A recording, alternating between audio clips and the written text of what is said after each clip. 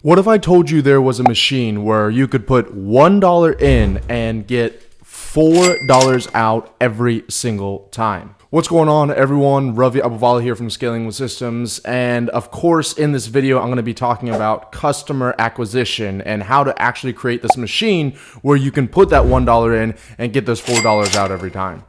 Now, look, most people have no idea even what customer acquisition is, let alone how to track it, measure it, and scale it. So I understand if you're a little bit skeptical right when I say that you can put $1 in and get $4 out. However, I do want to let you know that some of the largest companies in the world, like Facebook, Netflix, Instagram, they know how much it costs for them to acquire a customer. And so they're willing to pay in order to acquire those customers because they know they're going to get their money back, that $1 in, $4 out every single time. Now, if you stay until the end of this video, I'm going to give you a totally free course. It's about 6.5 hours worth of totally free content. So make sure you stay until the end. So what is customer acquisition cost? Well, in reality, the customer acquisition cost is how much it costs to acquire a customer. I know that seems simple, but it's because it is simple. Now, what's not simple is how you calculate it, and we're going to talk about it in this video, but just for definitive purposes, understand that customer acquisition cost is pretty much how much you're going to pay to get someone to become a customer of yours. Now, most people think that their customer acquisition cost is zero because they rely heavily on referrals, but most of the time they would be incorrect. And on top of that, if you don't understand how much it costs for you to acquire a customer, then you're never going to be willing to pay money in order to get customers, which, like I said in the beginning, is what some of our clients do. It's what I do. It's what some of the largest companies in the world do. And there's a saying that goes around, and it goes, people who can pay the most for their customers are the ones who always win. So in service-based businesses, the easiest way to figure out your customer acquisition costs is just to see whatever channels you're using for marketing or customer acquisition, the cost for that, plus the cost for your sales rep in order to close that deal is going to be your customer acquisition cost. If you don't have a service-based business or it's a product-based business and you don't have any sales reps, then of course it would just be the cost of that marketing or whatever channel you're using in order to bring awareness to your customer. The cost of the channel or the cost to bring awareness of your company to your customers, it could be the cost that you pay a virtual assistant or a sales development rep, their salary, in order to help you acquire that customer. Or even the cost of a billboard in order for you to bring awareness to that customer on your local interstate or freeway. The sales rep cost or the sales rep commission would, of course, be the percentage of the sale that you give your sales rep for closing that deal. The industry standard for a lot of service-based businesses is anywhere from 10 to 20% of the cash that is collected from that sale. Now, because I understand anytime I talk about math or try to do some numbers through just a video, it doesn't really come out that clearly. I want to walk you through a quick little formula spreadsheet that we show our clients at Scaling with Systems in order for them to help calculate their customer acquisition cost using a virtual assistant from Scaling with Systems. So this is our outbound prospecting and inside sales unit economics model. I know that that is a mouthful, but essentially this is what we show our potential clients at Scaling with Systems to show that, hey, this is what a virtual assistant really would cost you, or this is how you are going to calculate your cost per customer acquisition. And I'm going to go through this right now with you. So like I said in the beginning, you have to figure out the cost of the channel that you're going to use in order to bring these customers to you. So for this one, we're going to use a virtual assistant. So the salary that we're paying a virtual assistant or our clients pay virtual assistants at Scaling with Systems is about $400 a month. They're based in the Philippines, and that is their average salary.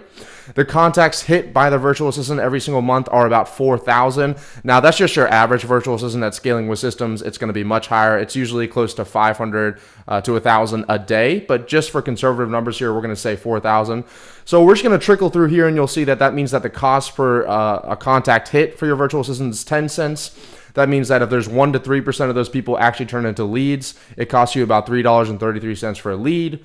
If 20% of those people turn into actually booked demos, that means that it's costing you $16.67 for every single demo that shows up on your calendar. If you have a 70% show up rate and your salesperson that we talked about earlier closes at 20%, well, that means that your total cost per acquisition in order to acquire a client's without your sales rep commission is going to be $119. Okay, so that's the cost of the marketing channel that you had to use in order to bring someone into your company. Now, that's not the true cost per acquisition because, like a lot of service-based businesses that we work with, you have to also add in the sales rep commission. So let's say that your sales rep commission is 10% of gross contribution for a year. So let's say your product is about $3,000. That means that you're going to have to add in an additional $300 to that sale for the sales rep percentage of commission, and then the $119 for you to actually bring that person to you, for that virtual assistant to actually do the work to bring that deal to you.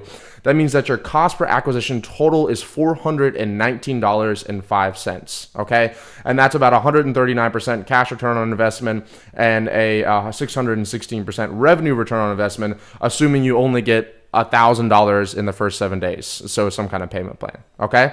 So this is pretty much a really, really quick and dirty model of why virtual assistants make sense. We show our clients. I just want to show you so you understand in numbers how to calculate your cost per acquisition. So pretty much this could be anything, right? This could be, YouTube ads, Facebook ads, Instagram ads, right? How much it cost you that month for you to do Facebook ads. It could be how much, how many closes you had from those Facebook ads that month. So let's say it cost you $1,000 in a month for Facebook ads. You had 2 closes. That means you had to pay Facebook $500 each time in order for you to bring that close. And then you had to give your sales rep 10% of that. So that of the $3,000. So you'd add an additional $300 to it. So it'd be $500 plus $300 would be $800 cost per acquisition for each one of those customers that month. Now, the next question that I naturally get when I'm talking about cost per customer acquisition is, Ravi, how do I even track where my customers or clients are coming in just so I can know where to put my marketing dollars and how to scale? Well, to answer that question, I'm going to give you a few different options, but the easiest and number one way I recommend you tracking your customer acquisition, where your clients are coming from, is to simply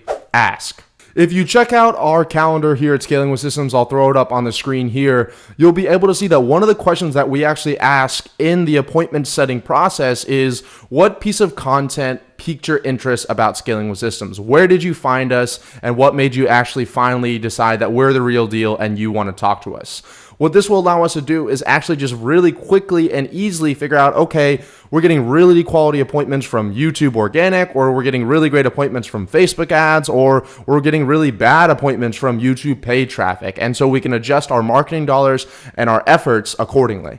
The second and simplest way for you to track your cost per customer acquisition, especially when using paid traffic, is to use some kind of Google Sheet, dashboard, or formula on a daily basis so you can see how many dollars are going in and how many dollars are going out of your company. While this is not going to be the most accurate assessment of exactly where your customers are coming from, I'd really recommend using this in unison with maybe one of those questions in your calendar.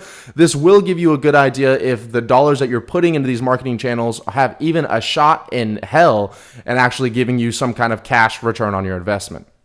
This is an example of a tracking sheet that we actually give our clients with Scaling with Systems so they can track when they start putting advertising dollars in behind their marketing efforts. We teach them how to do that, to create this machine that puts $1 in and $4 out.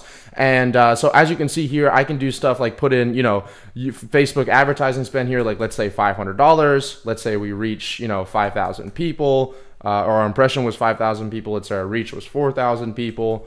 You can say your clicks was, 400 clicks. You could say that your leads were 100 leads. That means your cost per lead is about $5. Let's say you got 10 people to book. That means your Facebook video conversion rate or your Facebook cost per booked appointment is going to be around $50. And then you can come in here and say something like, we had 10 people booked today. We had 8 people show up. We sold 1 unit. That means our cost per acquisition is going to be about $500 in order to acquire a client, because we had spent $500 on Facebook that day. So of course, this doesn't let us know if that one close did actually come from those Facebook ads, but it is a really great place to start, and you can use it in unison with the question on your calendar, so you can know, okay, did that one close come from Facebook ads, and should we spend more money on that marketing channel? The final way to track your customer cost per acquisition is going to be using some kind of software or code. Now, this can be a little bit more intimidating and advanced because it does require some kind of development or software. However, it is going to be by far the most accurate way in order to predict it. One example of an essentially free software out there you can use is Google Analytics, where you can actually create an account there and set up what are known as goals, which are pretty much conversion events that you care about your potential prospects making on your website.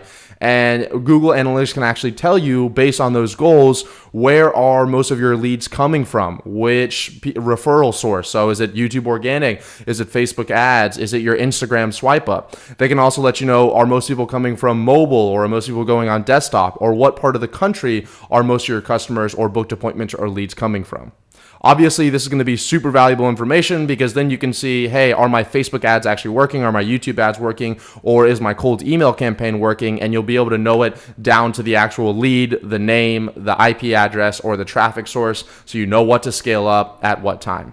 At Scaling with Systems, we actually help our clients set up a simple tracking code on their website, so we can see what was the first thing that someone saw when they came to the website, what was the referral source, what was the last thing that they saw whenever someone came to our website, right? Was it a YouTube ad? Was it an email? Was it automated? Was it one of our virtual assistants? And that way we can track our customer journey from beginning to end, and our clients can track their customer journey from beginning to end, so that we can know exactly which piece of content really resonate with the market, which paid traffic platforms are actually turning into closed deals, and we can scale those up accordingly. So there you have it, an in-depth but simple explanation on what customer acquisition cost is and how to calculate it, track it, and scale it inside of your company. Now, as I promised in the beginning of this video, and now that I've piqued your interest in acquiring customers, you probably want to know, how do I get my calendar full, right? What are the different lead generation sources that Ravi or Scaling with Systems recommends, and how do I implement them inside of my company today? For that exact reason, I put together a totally free course. It's about 6.5 hours of content, which I go through all of that and so much more. All you have to do is click the link in the description below, and you can get instant access to that course. As usual, if you got some value out of this video and you want to be able to see the new ones whenever I put them out, be sure to click subscribe in the button below. Give it a thumbs up if you don't mind, and turn on the notification bell. In order to follow up this video, it's incredibly important you watch the additional videos that I'm putting on the screen here, so you can make the most out of this training. I'll talk to you guys in the next video.